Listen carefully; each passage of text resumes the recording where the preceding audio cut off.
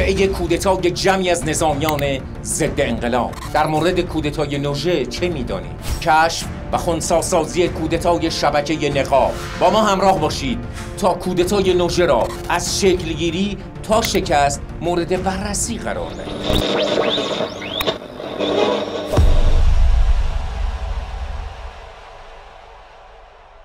امروز 18 تیر ماه سال 1308 روزنامه ایوینینگ نیوز در شماره امروز خود نوشت شورش استان فارس علیه اقدامات دولت شدت یافته و ایل بختیاری به عشایر قشقایی ملحق شده‌اند و دولت نیز نیروی نظامی بیشتری به منطقه گسیل داشته است.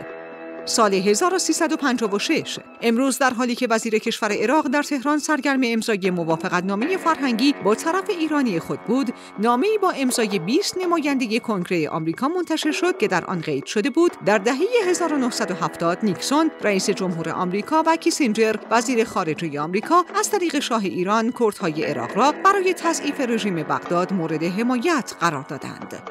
سال 1357 بر اساس گزارشی از ساواک به منظور مقابله با تبعات برنامه‌های مبتذل موسوم به جشن هنر شیراز، روحانیون شیراز تشکلی به نام اتحادیه روحانیون شیراز تشکیل دادند. سال 1359 توطئه کودتای جمعی از نظامیان ضد انقلاب که قرار بود از طریق پایگاه هوایی شهید نوژه همدان به اجرا گذارده شود، کشف و خنثی شد.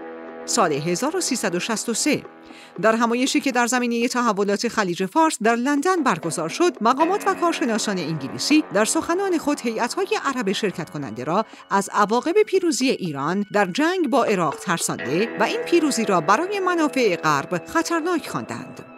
سال 1378 جمعی از اشرار و عناصر ضد انقلاب اسلامی با هدایت و خط‌دهی شبکه‌های تلویزیونی وابسته به آمریکا و صهیونیسم موجی از بلوا را در تهران و شهرستان‌ها علیه انقلاب به راه انداختند و اموال و اماکن بسیاری را به آتش کشیدند. سال 1382 حسین نقره‌کار شیرازی سفیر ایران در نروژ در پی حمله 200 نفر از اعضا و هواداران سازمان مجاهدین خلق به سفارتخانه ایران دچار حمله قلبی شد و به بیمارستان انتقال یافت. سال 1388 مهدی آذری یزدی نویسنده اهل یزد که او را به عنوان شاخص‌ترین نویسنده تاریخ ادبیات کودک و نوجوان می‌شناسند در سن 88 سالگی درگذشت. او نخستین نویسنده‌ای بود که در ایران به فکر نوشتن داستان برای کودکان و نوجوانان افتاد و به همین دلیل عنوان پدر ادبیات کودک و نوجوان ایران را به او دادند. به دلیل آثار ارزشمند او در زمینه کتاب کودک، روز درگذشت او به نام روز ملی ادبیات کودک و نوجوان نامگذاری شده است. معروفترین اثر وی مجموعه قصه های خوب برای بچه های خوب نام دارد. کودتای نوژه با نام اصلی نقاب در 18 تیر ماه سال 1359 فاش شد. این کودتا به فاصله کمی بعد از شکست امریکا در عملیات طبس اتفاق افتاد. از این رو برخی از تحلیلگران عوامل خارجی از جمله آمریکا را عامل اصلی طرح کودتا می‌دانند. چنانچه برژنسکی مشاور امنیت ملی کارتر بعد از شکست در طبس این گونه گفته بود: در هر حال در پایان این گفتگوها به ما اجازه داده شد طرح‌هایی را برای ارائه عملیات تلافی جویانه در نظر بگیریم، ولی تصمیم اجرای این نقشه‌ها به بعد موکول شد. البته علاوه بر آمریکا که بنا به دلایل سیاسی چندان از تأسیس حکومت جمهوری اسلامی ایران راضی نبود، برخی از کشورهای خارجی و به خصوص کشورهای عربی از جریان کودتا آگاه بوده و کمک‌هایی نیز به آنها کرده بودند. سازمان جاسوسی اسرائیل یعنی موساد نیز نقش مهمی در شناسایی افراد مخالف انقلاب در داخل کشور و معرفی آنها به بختیار داشت.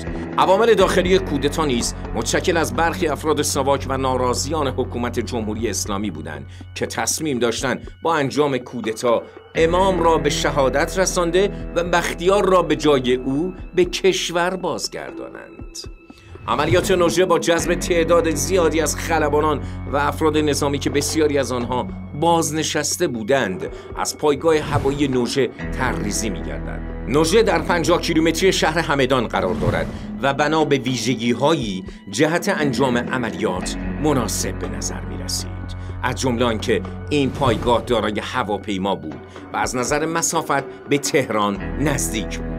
و مهمتر از همه آنکه شک و تردید کمتری به آن میشد، یعنی احتمال شناسایی و یا مشکوک شدن به آن نسبت به پایگاه‌هایی که در تهران و یا شهرهای مهمتر بودند کمتر بود. همچنین از آنجا که پایگاه نوژه نقطه شروع و هدایت کودتا بود، کودتاچیان تعدادی عناصر نفوذی در داخل پایگاه داشتند تا با کمک آنها بتوانند راحت‌تر آنجا را تصرف کنند. یکی از افراد نفوذی داخل پایگاه نوژه، سروان سلیمانی، افسر عملیات پایگاه بود که در شب حمله در پست فرماندهی قرار داشت. علاوه بر سلیمانی، از شخصی به نام بنیامری هم به عنوان شخصیت کلیدی کودتا نام برده شده است. گفته می شود که بنیامری در مقام رئیس شاخه عمل و شاخه نظامی کودتا از پاریس به تهران بازگشت و مشغول جذب افراد اطلاعاتی و نظامی از اداره دوم ارتش و مأمورین ساواک منحله شد. طبق طرح قرار بود کودتا در صبح روز 18 تیر ماه اجرایی گردد، اما کودتا بر اثر عواملی لو رفته و کودتاگران ناکام ماندند. در رابطه با علت لو رفتن کودتا و شناسایی عوامل آن روایات مختلفی گفته شده است، اما مهمترین عامل به افشاگری یکی از افراد مرتبط با کودتا باز می‌گردد. آیت الله خامنه‌ای که در آن زمان یکی از اعضای شورای انقلاب بود، در رابطه با افشاگری یکی از افراد کودتا اینگونه می‌فرمایند: فردی نیمه شب به او مراجعه کرده و ماجرا را اینگونه شرح می‌دهد که در پایگاه همدان اجتماعی تشکیل شده و تصمیم بر یک کودتای بزرگ گرفته شده. پولهایی به افراد زیادی دادند، به خود من خلبان هم پول دادند. عده‌ای از تهران جمع می‌شوند، می‌روند همدان و شب در همدان این کار انجام می‌گیرد و بعد می‌آیند تهران، جماران و چند جای دیگر را بمباران می‌کنند. بدین ترتیب با به دست آمدن سایر شواهد و افشاگری ها کودتا شناسایی و خنثی می شود. بعد از کودتا تعداد زیادی در رابطه با جریان کودتا شناسایی و دستگیر شدند، اما بسیاری از آنها از جمله 51 نفر از بازداشت شدگان به طور غیرقانونی آزاد می شوند و همین موضوع باعث می شود تا برخی از زوایای پنهان و مبهم ماجرا آشکار نگردند. گروهی معتقدند که افراد آزاد شده از عوامل اصلی کودتا بودند که به طرق مختلف و با نقشه‌های سازماندهی شده و به واسطه بنی صدر از بازجویی مبرا گشتند تا عوامل اصلی این کودتا و نقش کشورهایی چون آمریکا مشخص نشود. با این حال آنچه که مهم است عدم موفقیت کودتا و ناکامی کودتاچیان در رسیدن به اهداف طرح‌ریزی شده بود که علی‌رغم فضای نابسامان و آشفته کشور در فاصله کمی بعد از انقلاب نتوانست به پیروزی برسد. وقایع تاریخ حیرت انگیز و غیر منتظره هستند. از کجا چون این تاریخ‌هایی به ذهن جامعه سپرده شد؟